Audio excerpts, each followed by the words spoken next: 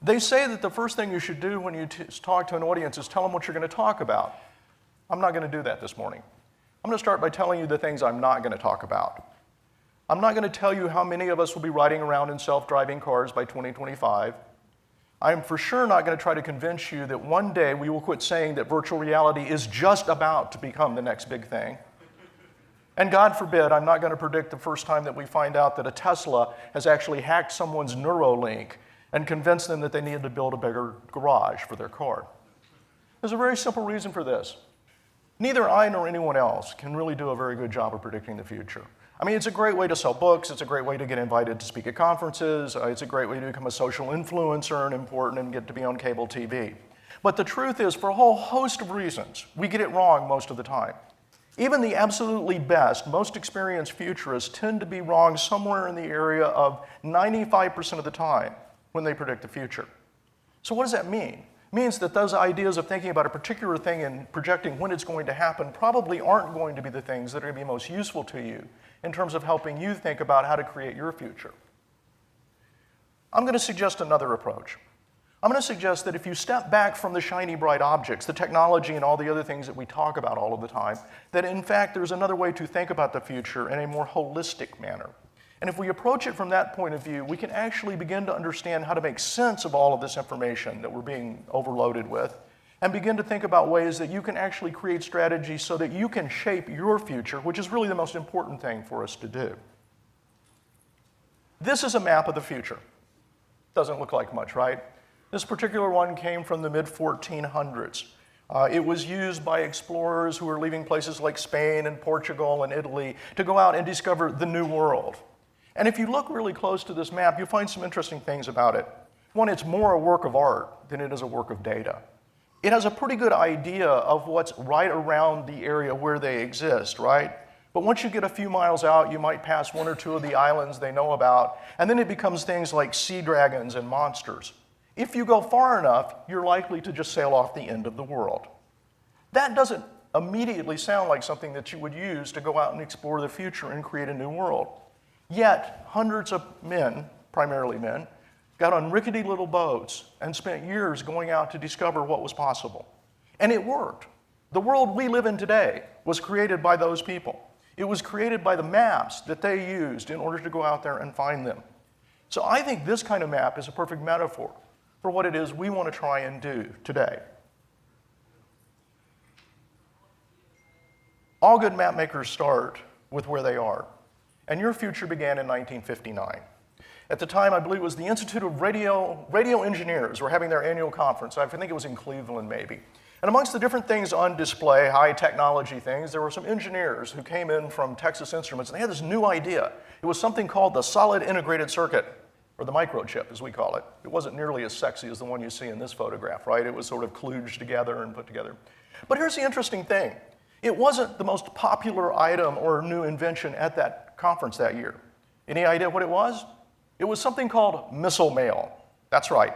The US Post Office came up with an idea where they actually took a submarine, set it off the coast of Florida, launched a cruise missile that was designed to land and not explode at a naval base in Florida. And it carried with it 3,000 pieces of mail, none of which burned up. The Postmaster General announced after the experiment, "I am firmly convinced that long before we land on the moon, missile mail will be a major part of our everyday life." Apparently, he did not know about Yogi Berra's insights. Of course, all of us know what happened, right? That little microchip, with the help of Moore's Law and some new innovative companies, grew, it got faster, it got smaller, and it resulted in, by today, all of us carrying around a computer in our pocket that is actually literally 1,000,000 times more powerful than the computers that they used 50 years ago to land the first man on the moon. Think about that. Think about the power that is in this room alone. How many NASAs you could replicate just with the computing power at your fingertips. Think about the, 15,000 people who are going to come to this conference this week and the kind of power that actually exists in their own fingertips, not talking about all the other access we got. And I think the point is if we think about going into the future, we have to understand that we are starting at a point of great power with a lot of tools that we can actually use to create a future that is the future we want to create. So another thing about this device, It is, of course, the face of all that is evil about our digital future. We hear constantly that it is the destroyer of a generation. It's robbed children of the ability to interact as human beings. It's more addictive than the most powerful drug that's out there. To that, I will say two things. First, bonk. There is no good longitudinal evidence to suggest that these devices are ruining our society. Yet if you go back in history, you find that every new technology was greeted with the same kind of fear-mongering, right? People used to think that if you got in an elevator, you would actually descend to hell. I've been on some of those rides, so it's a possibility. But the point is that this is really not going to be the end of our culture. The second point, though, is that it is a point we're taking, because all new inventions, all new technology, all new ideas have unintended consequences. And if you're going to shape a map to your future, you need to also think about what those unintended consequences might be so that you can be better prepared for them. So what if? What if Professor Ito is right? What if we really are on the edge of a new age, an age more radical, more powerful than the industrial age, than the age of enlightenment, a fundamental shift in who we are, how we're going to live, what we're going to do? What does that mean? If it's that radical, do we have any way to understand how we might map that new world? Most map makers start by looking not only at what they know around them, but they also look at history for parallels to see what other voyagers have found out on their trips. And so I'm going to take a couple of minutes and do that with you this morning and take you back in history. Our first one is the mid-15th century, the Gutenberg press, which we all talk about all the time, right? Which has been generally credited with creating the Age of Enlightenment, ending the domination of the Catholic Church, and ultimately responsible for, good morning, ultimately responsible for creating modern life as we know it. All of that would have been a huge surprise to Mr. Gutenberg himself. His whole idea was he was going to create this new piece of technology so that he could print Bibles faster than monks could copy them, and he was going to make a killing in the Catholic Bible market. So imagine how surprised he was when some rebellious monk named Martin Luther started using that same technology to print up a tract that condemned the Catholic Church. That certainly wasn't his intention. The second thing that we miss about this is that technology does not create ideas. Technology amplifies ideas. We give the printing press credit for spreading the Enlightenment and the Renaissance, and that is true. It helped do that. But if there hadn't been a bunch of radical thinkers in Italy at the time already having those ideas, there wouldn't have been anything for it to amplify. So we have to understand that if you want to see what's going to happen with new technology, you have to have a much broader sense of what's actually going on. The second one, of course, that we talk about is the beginning of the industrial age, driven largely by Watt's steam engine. And there is no doubt, this has been one of the biggest disruptions in human history, right? We went from the agricultural economy to an industrial economy. We ultimately came to the world that we live in today, which is a consumer economy. And more people like to look at this particular piece of technology and say, oh, this was the beginning. And it was, once again, an amplifier. It was, once again, important. But here's the question I have for you. Why did all those people move from the farm to the city in the first place to work on these factories? If life had been so good down on the farm, Watt and his steam engine would have been pretty much lonely in those factories. It offered a better life. It offered something that actually improved on people's conditions. And that's how you find out what's really going to happen, which, as a side note, is one of the reasons we don't have flying cars in this world today, because they will not make our life better, right? So those are the things that we need to start to think about as we map the future. And this is the lesson I want to take from this. The future is not just technology. It is an incredibly complex dance of people, places, things, ideas. And if we're going to begin to create a map toward our future, we have to think about all of those things together. It's a wicked opportunity. And fortunately, for those of us who work in the field of futures, somebody came up with an easy way to think about this. Go on, Sam. We take all of these different things together, and we put them into 5 different buckets that give us a chance to at least think at a very broad, high level what might be happening in the future and how it might impact us at our very specific needs.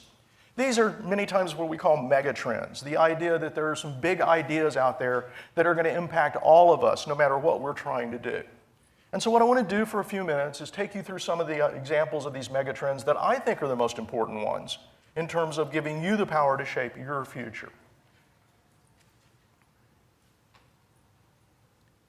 Society, which generally means, society which, Love technology today. Society, which generally means who we are, and where we live, is in many ways the one thing that we have a certain amount of certainty, right?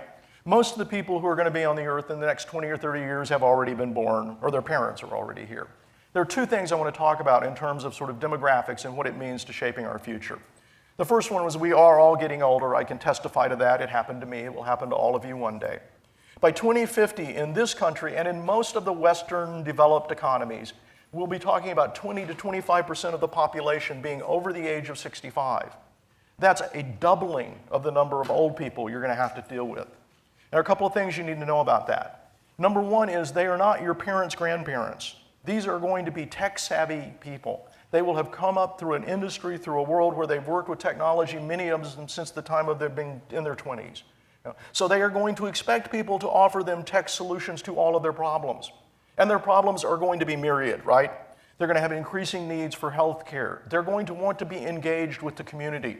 Most of them are going to be interested in how they're actually going to be finding the money to live, because retirement plans and things like that will not be a part of this digital future.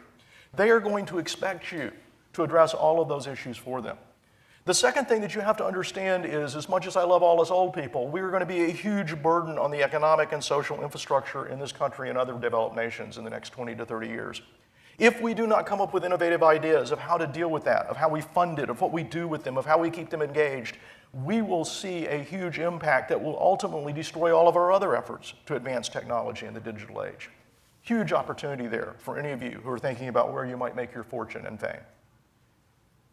And then what about everybody else? I'm sure all of you have heard the idea that America is becoming what a majority of minorities in 2050, 2060. That's true, but it's not nearly as important that America is becoming a country of none of the above. More and more people are opting out of the sort of single definition of their ethnicity. We're getting more mixed groups of ethnicity or people who just say none of the above. More and more people are opting out of the traditional family structure.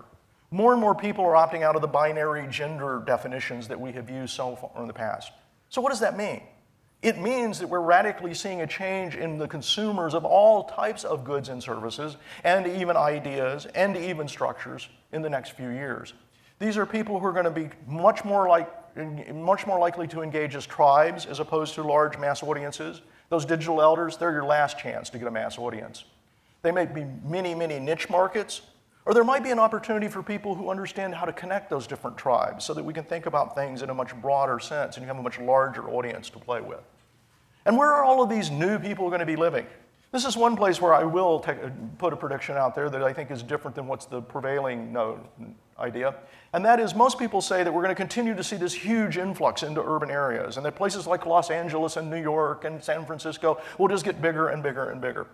I don't think that's true. In fact, I think there's evidence to suggest we're about to see the end of that. It's already getting way too expensive to start your new life in a place like LA or San Francisco. And because we now have technology in a digital age that says where you live does not necessarily determine what you do for a living, the allure of cities is going to lessen. So if you want to look at the hot spots in 2050, I suggest places like Chattanooga, Tennessee. I don't know if any of you have ever been there before. I grew up in Tennessee. When I was young, you'd drive through Chattanooga back in the 1960s, and you could tell you were getting there because there was a black cloud of smoke from all the iron smelting that was going on. That industry died. It looked like the city was going to shrivel up and go away until a few years ago when a progressive mayor came in and he said, I'm going to put free high-speed Wi-Fi here. We're going to turn this into co-working spaces. We're going to revitalize the downtown. And now it's one of the fastest small tech hubs in the country. You're going to see that all over the places. Those places that were forgotten by the industrial age will actually become the stars in our new future digital age. Technology is the next piece. You already sort of have some idea of what I think about technology. Think of it as the ship we use to sail on this ocean toward our future. It is important, but it is not the only thing that actually determines what happens. A couple of things I want to comment on this. First of all, yes, we will see a future where we will be more connected, where we will have more technology and more data than we can possibly know what to do with at some level. In terms of the specifics of that, that's not as important for you to understand as two things. Number one, the key is going to be how do we integrate further human interaction with technology in the future. The robots will not come and take away all of our jobs. The robots will expect us to be able to work with them. What new skills are we going to have to create in order to be able to do that? And more importantly, who is going to help people understand those skills? And who's going to create the vision for them so that they can actually begin to see a world where we do see an integration of digital technology and human talent and human skills? I'm not talking about the coming robot overlords. What I'm talking about here is a couple of very specific things. We forget that our digital world is driven by physical materials, right? All of those microchips require silicon and other types of materials in order to make them work. There is some evidence to suggest that we are not that far away from reaching the physical limits of those materials. Sure, there are plenty of other ideas out there, carbon nanotubes, quantum computing, superconductors. None of them are ready for prime time yet. The advantage, the opportunity is going to be for those people who talk about what's the new physical structure for all of this technology that we're actually talking about. And there's also really a more immediate problem, and that is that many of the rare earths that we actually require for this are going to be in short supply in the future, not necessarily because they don't exist, but because of political tensions, because of a rising middle class around the world that's going to demand more and more of those cell phones. So unless we address this issue, many of our projections, many of our plans for the future might actually get stalled or derailed. Third is I want to take you a little bit further out into the possibility that might exist in the future. There are two really conflicting trends that are on the rise right now. Number one is we have never lived in a time where science and engineering was more critical to everything that we do in everyday life. It is a requirement, right? That's why we're so focused on it. But the second trend, which is the really odd one, is we're also living in a time where science and engineering is demonized more than it ever has been since maybe the Middle Ages. What happens when those two trends intersect? There is certainly a possibility that the fundamentalists will decide that they're going to become anti-technology and say, put the brakes on everything, in which case we're going to have a hard time discovering that new world. I think that's a less possibility. I think the more frightening possibility is what happens if we begin to become more and more science illiterate. And our technology is no longer science, but it becomes magic, as Arthur Clarke talks about. It becomes something that we ultimately turn into a religion, something that we worship. That opens the door for all kinds of demagoguery that I just don't think we want to do. So what's that mean for you? You're the people who understand the science. You need to be the missionaries. You need to figure out how we keep people educated so that they understand that science is a tool we use, not something that we either fear or turn into some sort of God. Economics. One of the things we all forget is that economics is not some sort of science, and it is not something that is absolute. Economic systems are created by human beings to serve their needs. We forget that way too often. As a result of that, what is happening right now is most of the innovations that we are creating assume that our economic system will not change in the next 20 to 30 years. How do we make capitalism faster? How do we make it better? How do we make it more equitable? That's mainly what we talk about. I want you to think about something different, and that is there's a real possibility that we will see some significant changes in those areas. Two things to talk about. We're entering the post-job world, right? How many gig employees here? Do we have any giggers? Nobody considers themselves a gig? Wow, that's great. Still students, maybe? Okay. Well, you have a bright future ahead of you. We've all heard about how the gig economy and how the automation is going to take away all of our jobs. Once again, that's thinking through the old lens. What we've been talking about is this idea of gig economy from the top down, from a hierarchical situation.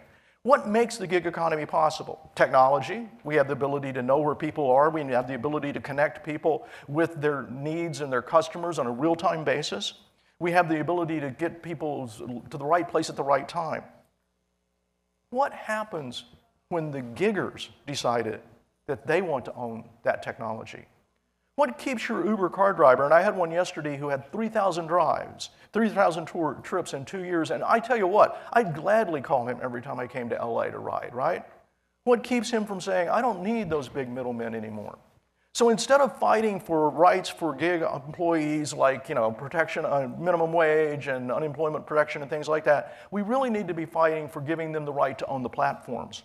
Because if they actually own the platforms, then they can begin to create new and interesting job types. The second is we're reaching peak consumption. Now, many people might argue about this if you go down the street or go over to LA Alive next door, right, and see the amount of stuff that we are consuming on a moment-by-moment basis. But for a number of reasons, in the next 20 to 30 years, we're going to see a fundamental shift in what we think about in terms of the consumer economy. And I am not somebody who bashes consumerism. It has been great. It has extended our lifespans. It has created the middle class. It has done great things for the last 100 years. But it is about to reach the end of its line.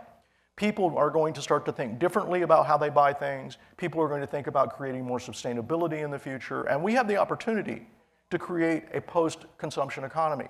I have no idea what that will look like. But I leave it to all of you to begin to imagine what is possible there. Is it virtual? Is it Ready Player One? I hope not. Are there other ways that we can create something that's more equitable, more sustainable in the future? What I imagine is a future that's going to be filled with makers and markets. Things like 3D printing, we're already starting to see the movement of the maker movement and maker labs all over the place as people begin to think about maybe I can repair something instead of buying it new. Maybe I can create my own sort of tchotchkes that I need for my house. Ultimately, we start to see people building houses using 3D printing, creating all of the things that they actually need. That totally changes the nature of manufacturing in this country and other developed countries.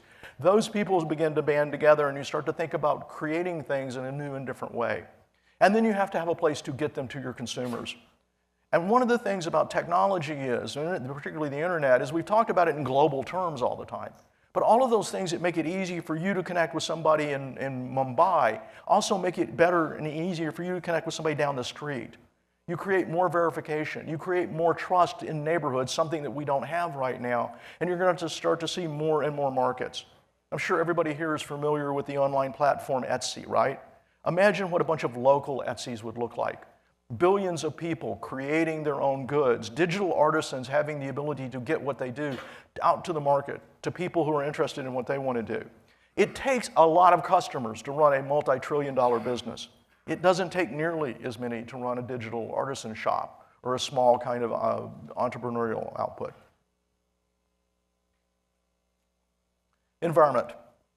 The environment is the ocean on which our boats are going to float, right, hopefully, and not sink as we try to navigate our way toward the future. By 2040, maybe even earlier, we will be fully immersed in the climate chaos, in the climate crisis, whatever you want to call it. The climate change that we're undergoing that's going to be happening in the next 20 years is going to dominate more and more and more of all of our discussions. It's going to demand more of our resources. It's going to require us to think differently about everything that we do. It is going to be the number one thing. Now, least there's anyone in the room who doubts any of the science. The science is irrelevant to this to a certain degree. We are already starting to see the tipping point in terms of public opinion. And once the public decides that this is the number one issue, it will become the number one issue, and that's definitely where we're going. What does that mean? It means we're going to see a huge shift in terms of resources, particularly in terms of energy in the next 20 years. We're already starting to see it. For the last couple of years, the amount of new energy generated by renewable sources, things like wind energy and solar, has actually been more than the amount generated by new fossil fuel plants. We're going to continue to see that. That's happening today when there's over $1 trillion of subsidies going to the fossil fuel industry in this country alone.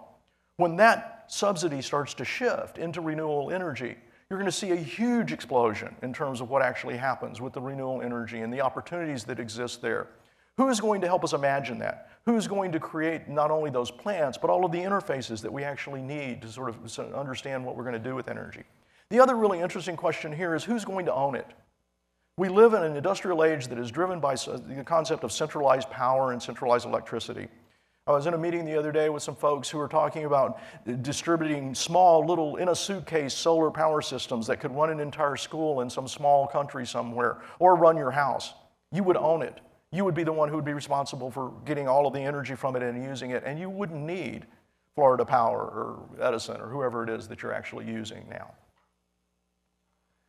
The ultimate goal of all of this is to start to think in terms of resiliency. In Miami today, they have something called king tides. Once a month, they have the highest tide of the month. On a day when it does not have any rain, those king tides have started to flood lower Miami Beach.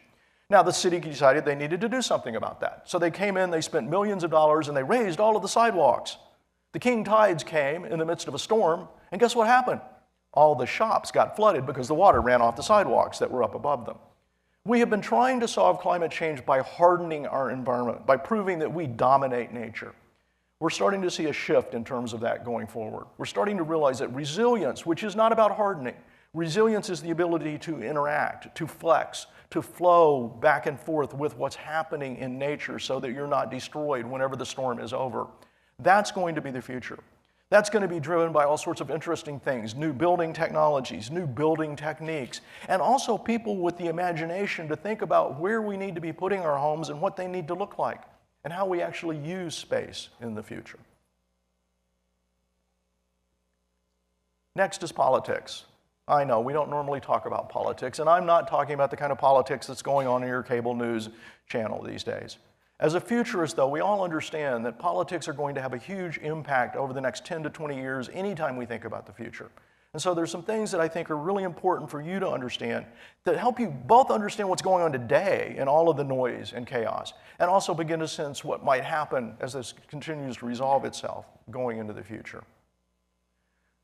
We have a government in this country, the federal government, that is a perfect government for an analog age. It's big, it's hierarchical, it has tentacles that reach all over the place. It is actually pretty slow to make decisions. All of those are benefits when you're living in an analog age. But unfortunately, we are now living in a digital age. And that analog system fundamentally does not work in this new world. And you can't just buy faster computers and give it to the folks in the Department of Commerce. You have to start to think about what is the right kind of government that you need for a world that is disintermediated, that is diffuse, that is diverse, where people are working all over the place all the time, where fluidity and agility is what you need. That's a huge lift. And I think we're going to start to see more and more people think about how we do that. A couple of things, if this seems interesting to you, you might want to think about. It will be a government based on transparency. You can't make nasty comments about women and be the governor of Puerto Rico and keep your job very long, right? That's a hard example of what is going to continue to happen. Big governments, particularly big demagogic governments, like to use the idea of not telling people what's going on in order to stay in control. We live in a world where that is increasingly difficult to do. You just can't control the information anymore. Of course, there's a flip side to that. It also means that if I make stuff up, you can't tell whether or not it's any true or not. So we're seeing the other part of that. Going forward, what we really need is people who can help us educate so that we are digitally literate, so we understand what's fake, what's not, how do we distinguish between the two. And we also need to have people who can help us really curate all of this information that's out there so that we can use it to our advantage to make sure that the government that we are creating is one that works for all of us. In the future, government will look like this. It will be completely disintermediated. There will be some problems that will have to be dealt with at a global level, climate change being one of them. But that will be fewer and fewer as we move forward. The middle, the federal government and increasingly the states actually will see that they will have less and less control, and we'll start to see what I call a defiant local government. California is a great example of this, right? Every time the federal government does something you don't like, one of the cities goes and joins some international organization or passes some sort of new law. That's a great opportunity for the future because we will live in a network of local governments, and so the city-state will be the most powerful government unit in the next 20 to 30 years. But the other part of it is that more and more of the decisions will be driven even lower, so that we will have direct democracy. That computer in your pocket makes it possible for you to make any decision in real time if you choose to take on that. If people decide that being part of government is important to them, we have the capability, and that I think will result in an incredibly interesting and powerful change for the future. So how can we use all of this information to help you navigate the uncharted waters? Because what I want you to do is I want you to be in charge of shaping the future, not reacting to some future created by someone else. Here are a few things that I think I'll leave you with that hopefully will be useful to you. The first one is in your lifetime, expect major disruptions. We're going to continue to see the digital age push more and more of the industrial age out. It's going to create new disruptions across the board. The ones that I think are going to be most prevalent coming up soon, if you're looking for opportunity, education is a big one. As soon as we figure out how to certify all those multiple online open courses, as soon as we figure out how to give certification for the things that you can learn on Lynda and things like that, the universities, particularly small ones, are going to be in big trouble because it costs too much to go there for 4 years, and it doesn't take 4 years to get the kind of education that you need. Healthcare is the other place where we're starting to see some interesting opportunities for disruption. Amazon and Warren Buffett have gone together to decide that they're going to recreate the healthcare system. Imagine that for a moment. A bunch of people who aren't doctors. They're going to hire some doctors, but they're not going to approach it the way doctors would. They're going to start to think about creating a completely different system, and part of that may be health and wellness, not disease and sickness. Huge opportunities in terms of what that happens. Media, many of you are probably in the media industry. We've already starting to see that disruption that's going to just continue and continue and continue. What do we do when we have 100 streaming services? 1,000? What do we do when everybody has the chance to become their own YouTube star if they want to? What does that mean for the future of the media landscape? Will we ultimately figure out a way to turn media into some sort of craft, some sort of hobby? Or will those big giants actually continue to exist? And entertainment in general, we're going to start to see more and more change. Entertainment and tourism that goes along with that, particularly as we start to see some things happening in climate change. The next thing is whatever you come up with, whatever brilliant idea, whatever new Facebook, new Amazon concept that you know is going to be a killer, think about what the unexpected consequences are going to be, because there will be some. Before you launch your new product or service, take the time to imagine what happens if you go 20, 30, 40 years out there and think about 3, 4, or 5 different generations of advancement and what might happen.